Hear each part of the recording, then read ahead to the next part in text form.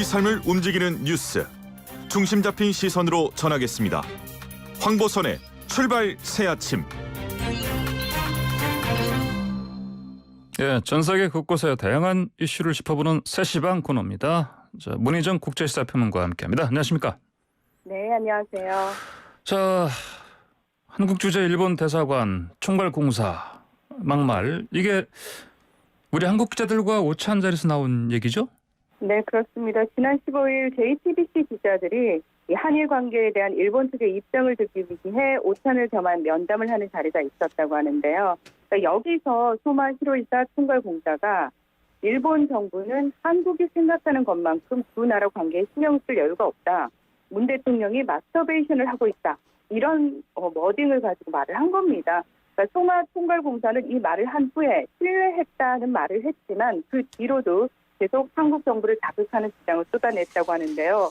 이 발언이 보도된 후 상대국의 대통령을 향한 부적절한 성적 발언은 명백한 외교적 결례라는 비판과 함께 일본 정부의 본심이 드러났다는 국민적 분노가 들끓자 절대로 문재인 대통령 개인을 지칭해서 그런 말을 쓰지 않았다면서 해명을 했지만 사정은 좀처럼 사그라들지 않았습니다. 그렇군요. 근데 그 자리에 뭐 여기자도 있었다고 하는데 네네.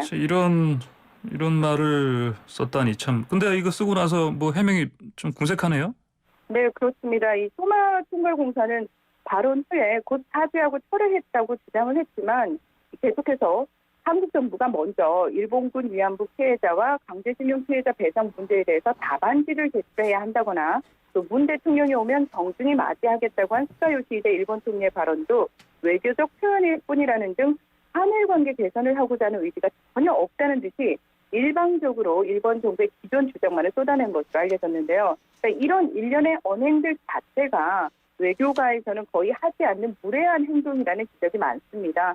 외교 전문가들은 소마 총괄공사의 발언 수위는 외교관에게서는 절대로 나올 수 없는 충격적인 표현들인데다가 이 가장 민감한 시기에 대사관의 최고위급 인사가 절대 해서는 안 되는 최악의 대응이었다 이렇게 비판을 하고 있는데요. 예, 알겠습니다. 그러면요.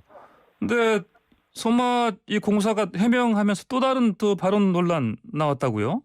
네, 이 소마 총괄공사가 CBS 노컷뉴스와의 통화에서 했다는 말이 더 큰 문제인데요.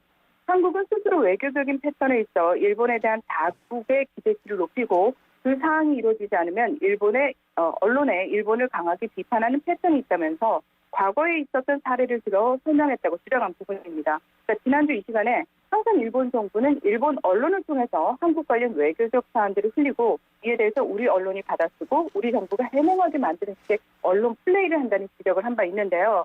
소마 총괄공사가 말한 패턴이라는 게 정확히 일본 정부가 지금 하고 있는 행동이라고 할 수 있습니다. 그러니까 말 그대로 자신들이 하는 행동을 우리 정부에게 뒤집어 씌우는 적반하장의 모습을 보인 건데요.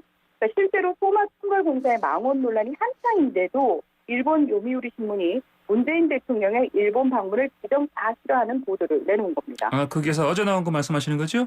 예. 그렇습니다. 예. 네, 이 소마 총괄공사 발언 때문에 이 파문에 대한 일본 정부 차원의 공식적인 입장이 나오지도 않았는데 사실 일본 언론이 계속 나서서 뭔가 얘기하는 느낌의 보도였거든요. 예. 그러니까 19일 요미우리 신문이 뭐라고 얘기를 했냐면 일본 정부가 한일 회담의 걸림돌이 되는 일을 피하기 위해 소마 총괄공사를 정지하기로 했다 하는 소식을 전한 뒤에 그래서 23일 도쿄에서 양국 정상 간의 회담이 열릴 예정이다 이렇게 전했습니다.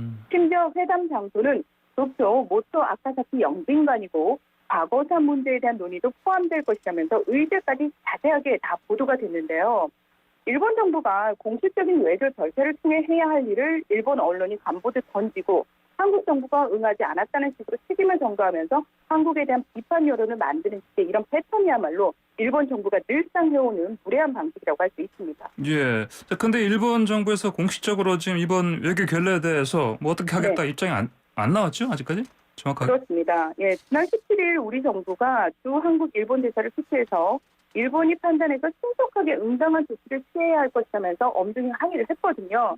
그런데 그 다음 나온 반응이 19일 요미우리 신문 보도였습니다. 그리고 거기 안에 일본 정부 고위 관계자의 외교관으로서는 해서는 안 될 말이었다. 뭐 이 정도 표현하고요. 예. 그다음에 19일 오전에 일본 정부 대변인인 가츠노부 관광 장관이 정례 회견에서 외교관으로서 매우 부적절했고 대단히 유감이다. 이렇게 언급한 것이 전부고요. 뭐 따로 공식적인 차원의 성명이라든지 입장 표명 전혀 없었습니다.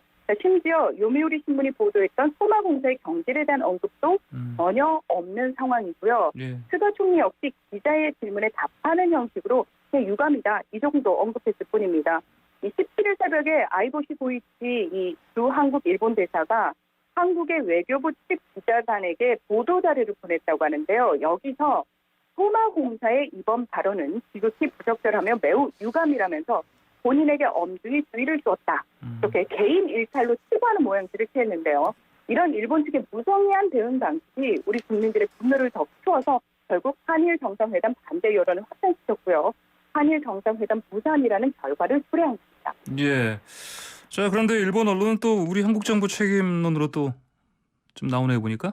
그렇습니다. 19일 오후 문 대통령이 청와대 참모진과의 논의 끝에 일본 방문을 하지 않기로 결정을 했죠. 예. 그런데 일본 언론들 일제히 한국 정부가 수출 규제 해제 등의 성과를 요구했지만 일본 정부가 이를 받아들이지 않자 일본 방문을 취소한 것이다. 이런 보도를 쏟아냈습니다. 예. 마이니치 신문과 NHK 방송, 산케이 신문 등 일본의 주류 언론들은 소마 총괄공사의 발언 파문과 회담은 별개라면서 일본 정부가 손을 뒀다라고 전했는데요. 그러면서 외무성 간부의 말을 인용해서 한국 정부가 위안부나 강제징용과 관련한 해법은 제시하지 않으면서 일본 측의 일방적인 양보를 요구했다거나 장시간의 회담을 요구했다는 등 회담 무산의 책임을 한국 정부에게 돌렸습니다.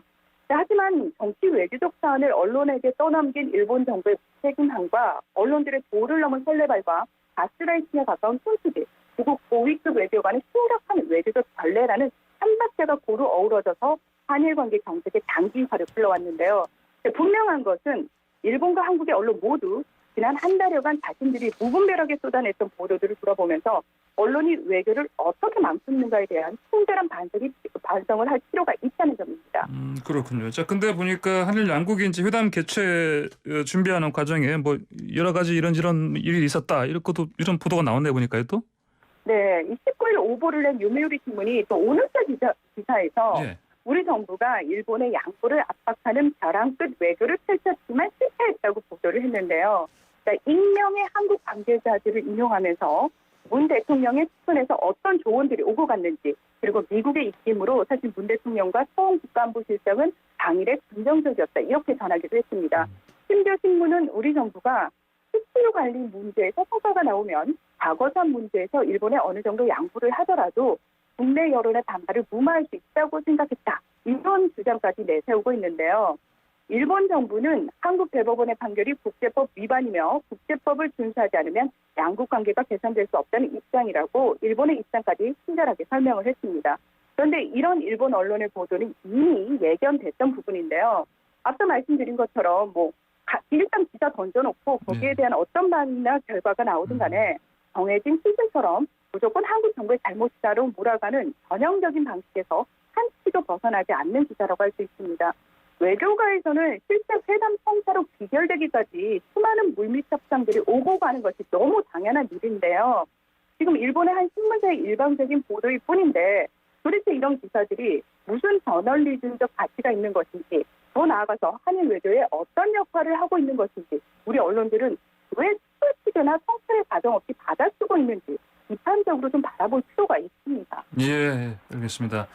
자, 그러면요, 이제 앞으로 한일 이제 정상회담이라든지 한일 관계 개선에 대해서 사실 좀 전망이 비관적일 수밖에 없죠. 어떻습니까? 결국 문재인 정부 이후에 차기 정권에 이 한일 관계 문제 해결을 넘겨야 한다는 얘기가 나오고 있는데요. 문제는 우리 정부가 아니라 일본 총리가 바뀌더라도 어차피 자민당 내 인사기 때문에 큰 틀에서 일본 정부의 전향적인 태도 변화를 기대하기 어렵다는 부분입니다. 그러니까 우리 정부는 일관되게 한일 관계 개선을 위해 회담을 할 용의가 있고 노력하겠다는 입장을 밝혀왔는데요. 하지만 양국 정상 간의 의례적인 만남보다는 수출 규제를 비롯한 현재 당면한 실질적인 문제에 대한 의미 있는 대화를 하고 싶다는 입장이고요. 이 부분은 사실 다음 정권이 오더라도 크게 달라져서는 안 되는 핵심이라고 할 수 있습니다. 그런데 일본 정부 측은 계속해서 일본 위안부와 강제 기송에 대해서 우리 대법원이 일본 측의 배상 책임을 인정한 부분을 걸고 넘어지고 있거든요. 예. 그러니까 사법부의 판단을 우리 정부에게 뒤집을 것을 선결 요구 조건으로 내세우고 있는 일본 정부의 태도가 바뀌지 않는 한 정책된 한일 관계가 풀릴 수 없습니다. 우리 국민들은 굳이 일본 정부의 이런 말도 안 되는 요구를 들어주면서까지 굴욕적인 외교를 할 필요가 없다고 입을 모으고 있는데요. 지금 한일 관계가 경색된 이유는 문재인 정권이기 때문이 아니라 단 한 번도 과거 자신들의 잘못에 대한 진심 어린 사과를 한 적이 없는 일본 때문이라는 사실을 분명히 기억해야 합니다. 예, 알겠습니다. 오늘 말씀 여기까지 듣겠습니다. 고맙습니다. 네, 고맙습니다. 네, 지금까지 문희정 국제시사평론가였습니다.